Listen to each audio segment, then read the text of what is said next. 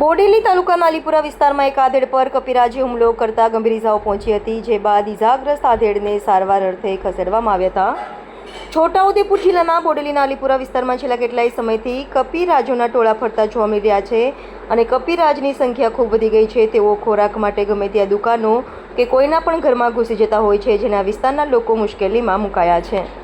બોડેલીના અલીપુરાના જનકલ્યાણ સોસાયટીના રહેતા હરિન્દ્રસિંહ ચૌહાણ ગઈકાલે સવારે દૂધ લેવા બહાર નીકળ્યા ત્યારે કપિરાજે તેમની પર અચાનક જ હુમલો કર્યો અને પગના ભાગે બચકા ભરી લીધા હતા। હરિન્દ્રસિંહભાઈ લોહી લુહાણ થઈ જતા તેમને તાત્કાલિક સારવાર અર્થે બોડેલીની પબ્લિક હોસ્પિટલમાં લઈ જવાયા હતા। ત્યાં તેમને સારવાર આપી હતી અને ત્યારબાદ તેમને વેક્સિન માટે સામૂહિક આરોગ્ય કેન્દ્ર ખાતે લઈ જવાયા હતા। ગંભીર પહોંચતા તેમને સારવાર દરમિયાન 18 જેટલા ટાંકા લેવામાં આવ્યા હતા। આ વિસ્તારમાં ખૂબ મોટી સંખ્યામાં કપિરાજ્યોની સંખ્યા વધી ગઈ હોય, તેઓ ખાવાની શોધમાં ફરતા હોય છે, ત્યારે કોઈના ઘરમાં કોઈની દુકાનમાં ઘૂસી જતા હોય, કપિરાજોને ભગાડવા જતા હોય તે વખતે સામે કપિરાજ દ્વારા હુમલો કરવાના બનાવ બની રહ્યા છે। ત્યારે આ કપિરાજોને પાંજરે પૂરી અને જંગલમાં છોડવામાં આવે તેવી માંગ આ વિસ્તારના નગરજનો કરી રહ્યા છે। રિપોર્ટર વિરેન્દ્રસિંહ દેસાઈ, સિનો સમાચાર ન્યૂઝ, બોડેલી। હું જનકલ્યાણ સોસાયટીમાં રહું છું અને સવારની પોરની અંદર દૂધ લઈને બહાર કટોરા લઈને ઊભો હતો અને તે વખતે એકદમ વાંદરું આવી ગયું।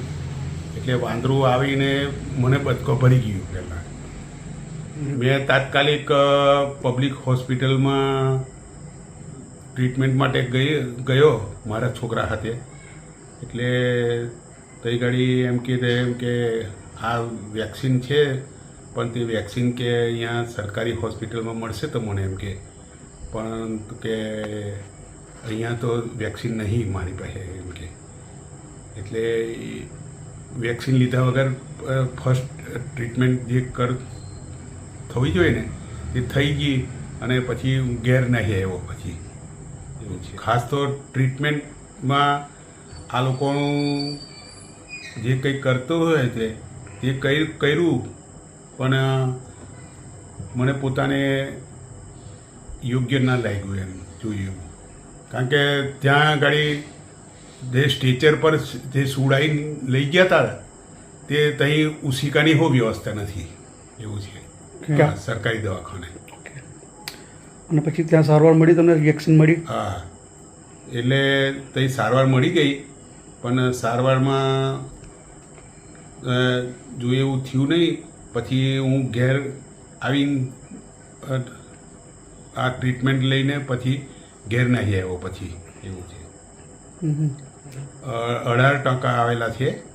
હા, એ વાંદરાની ખાસી વસ્તી વધી ગઈ છે, પણ હાલના આવે ટોળાબંધી આવે અને તઈ સુખીમાં એ લોકો ત્યાં આશ્રય સ્થાન બનાવ્યું છે। એટલે એ તાત્કાલિક કોઈ પિંજરા મૂકવાની વ્યવસ્થા કરે ને તો સારું રહેશે।